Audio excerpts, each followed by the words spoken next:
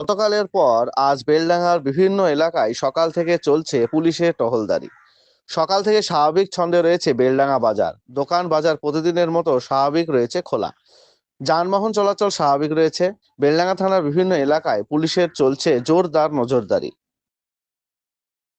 বেলডাঙ্গার পরিবেশ পরিস্থিতি কিছুই নর্মাল, কোনো সমস্যা নেই।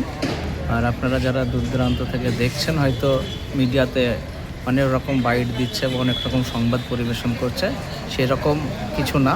পরিবেশ সবই ঠিক আছে। হয়তো কালকে একটু উত্তেজনাবশত কিছু ঘটনা ঘটে গেছে, আজকে স্বাভাবিক। আপনারা নির্দ্বিধায় বেলডাঙ্গায় আসতে পারেন, আমাদের পাঁচলাহাতেও আসতে পারেন। গাড়ি ঘোড়া চলছে সব গাড়ি? হ্যাঁ, গাড়ি ঘোড়া চলছে স্বাভাবিক একদম।